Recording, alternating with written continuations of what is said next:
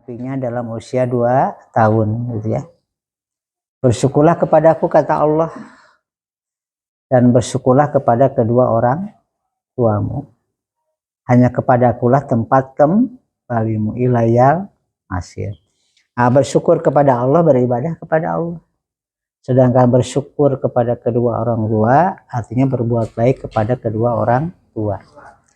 Tadi di surah Al-Isra dijelaskan apabila orang tua kita ada di dalam pemeliharaan kita misalnya sampai usia lanjut, maka janganlah kita mengatakan kepada mereka dengan perkataan gitu ya, saja sudah tidak boleh, apalagi membentak, nyarikan dan sebagainya, naudzubillahi min dzalik ya.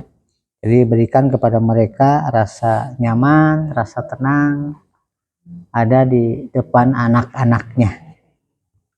Kemudian yang kedua, akhlak terhadap tetangga. Ini akhlak terhadap tetangga. Akhlak terhadap tetangga ini meliputi tetangga dekat dari kerabat atau tetangga yang berada di dekat rumah, atau tetangga jauh, baik jauh karena nasab maupun yang berada jauh dari rumah. Jadi ada yang kerabat karena nasab itu keturunan ya, tetangga dekat, ada juga tetangga yang jauh, itu berbuat baik kepada tetangga, akhlak terhadap tetangga. Di dalam hadis Rasulullah pernah menyampaikan, demi Allah tidak beriman, demi Allah tidak beriman. Para sahabat bertanya, siapakah yang tidak beriman ya Rasulullah? Beliau menjawab, seseorang yang tidak aman tetangganya dari gangguannya gitu ya. Jadi tidak termasuk orang yang beriman apabila tetangganya merasa terganggu oleh kita. Nah itu. Nah, terganggunya kan macam-macam. Bisa terganggu secara fisik, bisa terganggu secara perasaan kan ya. Bisa terganggu secara perilaku, mana perasaan sebagainya. Hati-hati. Jadi tidak termasuk orang yang beriman, tidak termasuk orang yang taat kepada Allah dan Rasul apabila kita berbuat jahat kepada tetangga. Wajarusu gitu ya. Wajarusu. Di hadis nusanes nanti pada hari kiamat ada 2 golongan yang Allah tidak akan mampu melihatnya, bahkan tidak akan bisa menolongnya karena benci kepada 2 golongan itu. Yang pertama qatimur rahmi, orang yang memutuskan silaturahim, dan yang kedua wajarusu, orang yang jahat terhadap tetangga ya, jahat terhadap tetangga. Pada hadis lain Rasulullah bersabda, tidak beriman kepadaku barang siapa yang kenyang pada suatu malam sedangkan tetangganya kelaparan padahal ia mengetahuinya. Jadi tidak beriman kepadaku barang siapa yang kenyang pada malam hari sedangkan tetangganya kelaparan. Jadi misalnya orang barang raol, barang tuang dan sebagainya, tetangga merasa kelaparan, itu tidak termasuk orang yang beriman. Pernah ada satu kejadian di satu komplek misalnya, ada orang yang meninggal karena kelaparan pada dekat dengan tetangga.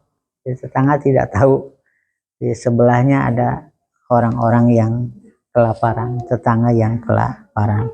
Itu akhlak terhadap sesama manusia. Nah, kemudian juga ada akhlak terhadap anggota masyarakat lain. Ya, anggota masyarakat yang lain terutama di lingkungan masyarakat orang. Nah, kemudian ada juga akhlak terhadap pemimpin. Itu sama. Akhlak terhadap sesama manusia. Ya, bagaimana akhlak terhadap pemimpin? Menghormati pemimpin, ya, menjaga identitas pemimpin, ya. Kemudian akhlak terhadap yang dipimpin, pami urang kalau resan janten pimpinan, kita juga punya akhlak terhadap yang dipimpin, Pak RT kepada masyarakatnya misalnya, Pak RW, Ketua DKM misalnya kepada jemaah gitu. Itu namanya akhlak terhadap yang dipimpin, ya. Atau akhlak terhadap pemimpin. Jadi bagaimana di negara-negara lain misalnya kita bisa melihat rakyatnya begitu hormat kepada pemimpinnya, ya, begitu kagum, sayang kepada pemimpinnya. Jadi pemimpinnya langkung teh bungkuk ini semua, hormat semua, gitu. Jadi begitu luar biasa, ya, begitu luar biasa masyarakat di negara-negara yang begitu hormat kepada para pemimpin. Kemudian akhlak terhadap guru, kami orang gaduh guru misalnya, akhlak terhadap guru, terutama di dalam tutur kata dan lain sebagainya. Itulah akhlak terhadap sesama. Kemudian juga ada akhlak terhadap tamu, kami keresan ayat tamu misalnya, maka kita sebagai tuan rumah wajib menghormati dan menjamu tamu. Jadi kata Rasulullah, barang siapa beriman kepada Allah dan hari akhir, hendaklah memuliakan tamunya. Kami misalnya kalau orang menuju saum sunnah misalnya, nah harusnya tamu kan kena disuguhan, nah ya nak, orang kedah di saum berbuka untuk menghormati tamu gitu. Nah, karena menghormati tamu itu kewajiban, sedangkan saum sunnah ada hukumnya sunnah. Ya. Tamu yang datang dari tempat yang jauh, termasuk juga yang disebut dengan Ibnu Sabil namanya. Jadi tamu yang ada dalam perjalanan misalnya, orang yang sedang mencari ilmu, orang yang sedang berniaga datang kepada kita, maka kita wajib menghormatinya dengan memenuhi kebutuhannya. Itu luar biasa, ya. Dan orang Sunda itu seperti itu, bagaimana dia menghormati tamu. Kemudian ada juga akhlak tadi kepada anak yatim, termasuk akhlak kepada sesama manusia. Akhlak kepada fakir, miskin misalnya. Nah, bagaimana akhlak terhadap anak yatim? Dengan cara mendidik dan memelihara. Nah, memelihara. Terutama memelihara hak-haknya, gitu ya. Memelihara hak-haknya. Banyak ayat di dalam Al-Quran yang menganjurkan berbuat baik kepada anak yatim. Ya. Di sana ada sebuah hadis dikatakan oleh Rasulullah, aku dan orang yang memelihara anak yatim di surga kelak seperti dia menunjukkan telunjuk dan jari tengah. Gitu. Jadi aku dan orang yang memelihara anak yatim nanti di surga seperti ini, dekatnya gitu, jari tengah dan telunjuk. Jadi begitu dekatnya orang yang memelihara anak yatim nanti dengan Rasulullah Shallallahu Alaihi Wasallam di surga, kata Rasulullah. Nah kemudian kepada fakir miskin tadi, miskin. Siapa fakir miskin itu? Mereka yang punya penghasilan tetapi tidak mencukupi. Kalau yatim masuk kategori fakir. Makanya prioritasnya tadi di Al-Quran surah Al-Baqarah ayat 83. Pertama, menyembah hanya kepada Allah. Berbuat baiklah kepada kedua orang tua. Kemudian dawil kurba, kaum kerabat. Kemudian anak yatim dan orang miskin, masakin, bil masakin. Wa id akhadna misaqo bani Israil la ta'buduna illallah wa bil walidaini ihsana wa dzil qurba wal yatama wal masakin. Nah itu. Jadi urutannya seperti itu. Allah, kemudian orang tua, kemudian dawil kurba, kerabat, tetangga yang dekat, kemudian anak yatim dan orang miskin. Itu yang disebut dengan akhlak terhadap sesama. Artinya akhlak kepada sesama manusia. Tujuannya supaya naon? Supaya hidup harmonis lah, raosnya di masyarakat, orang saling menghargai, saling tolong menolong, saling kenal mengenal, ta'aruf, ta'awun, kemudian tasamu dan tabayun. Nah, luar biasa, nyaman. Alhamdulillah orang ada di lingkungan yang baik, dan itu sebagai bagian dari yang disebut dengan Robbana atina fid dunya hasanah wa fil akhirati hasanah wa qina adzabannar. Nah, salah satu cirinya seluruh para ulama punya lingkungan yang baik, punya lingkungan yang baik. Terakhir Ibu, akhlak terhadap lingkungan. Akhlak terhadap lingkungan. Ini ditujukan agar lingkungan hidup terpelihara, tidak rusak dan tetap lestari. Sehingga alam terus-menerus memberi manfaat bagi kehidupan manusia itu sendiri sepanjang manusia itu ada. Nah, itu. Jadi kalau dalam ruang lingkup ajaran Islam itu kan pertama hablum minallah wa hablum minanas, hablum minan nafsi dan hablum minal makhluk. Jadi hablum minal makhluk itu artinya hubungan kita dengan makhluk-makhluk ciptaan Allah lainnya, dalam hal ini adalah lingkungan dan alam sekitar. Tujuannya supados naon? Supados alam itu terpelihara, tidak rusak dan tetap lestari, dijaga kurang gitu ya, dijaga. Itu namanya akhlak terhadap lingkungan. Misalnya kalau ada tanaman, maka sebaiknya kita mengkonsumsi sekedar keperluan. Ya tangkal buah ulah dialah kabeh buah, nah keperluan orang we gitu. Nah, itu ya supados lestari. Ya tetangkalan udah ditutup kabeh sehingga tidak muncul lagi nanti. Jadi sesuai dengan kebutuhan.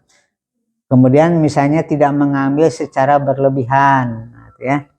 Kami orang pepelakan dan sebagainya itu diambil ya sesuai dengan kebutuhan. Supados naon? Supados lestari, gitunya lestari. Kemudian memanfaatkan apa yang dapat dimanfaatkan. Gaduh tanah sekedik sok dipelakan naon itu bermanfaat. Gitu. Jadi memanfaatkan apa yang dapat dimanfaatkan. Dan pepelakan itu ya sadina pot gininya. Gaduh tanah dina potnya nu ageng. Alhamdulillah jaranten.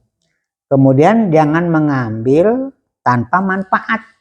Nah, ada kan mengambil tanaman atau buah-buahan tapi tidak ada manfaatnya, tidak tanpa manfaat. Tapi ambillah supaya bermanfaat. Misalnya untuk kebutuhan hidup sehari-hari, Allah dipikeun ulah. Itu namanya akhlak terhadap lingkungan dan tidak memubazirkannya, tidak merusaknya. Nah, insya Allah pami urang nyaah ke alam, maka alam oge bakal nyaah ke urang gini gitunya. Pami urang dedeh ke alam, maka alam juga akan dedeh kepada kita. Jadi seuna bencana alam yang diakibatkan oleh lingkungan itu salah satunya karena kita manusia tidak peduli kepada lingkungan. Munculnya banjir misalnya karena kita tidak peduli kepada lingkungan. Atau mungkin longsor dan sebagainya itu karena kita tidak peduli kepada lingkungan. Itu akhlak. Jadi akhlak itu bukan hanya kepada manusia, termasuk kepada lingkungan. Kami pepelakan misalnya dicebor, dipupuk, disiram kan gitu ya.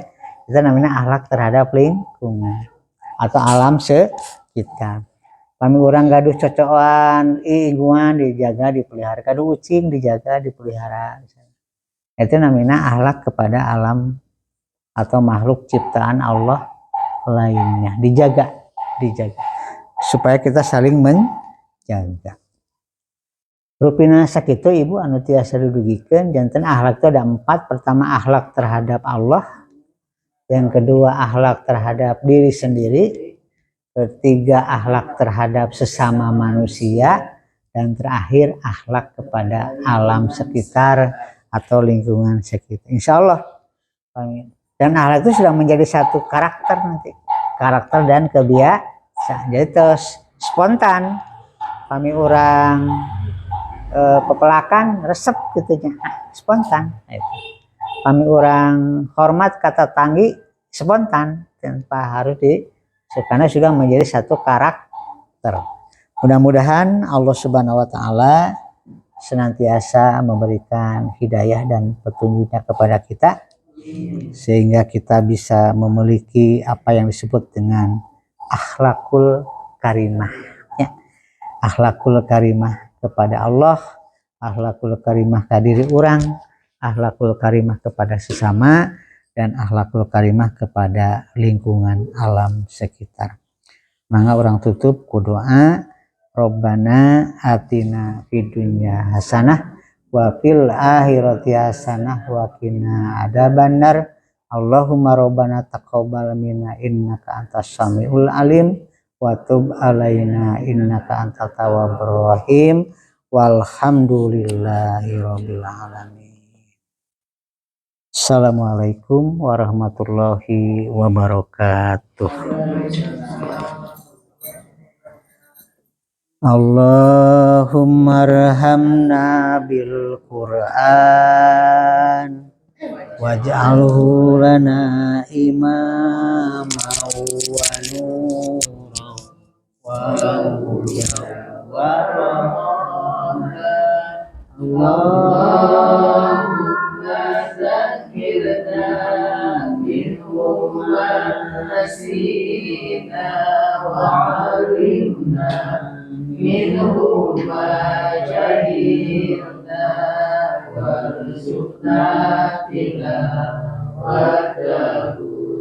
ana al-laili wa a'rafan nahar waj'alhu lana hujjatan ya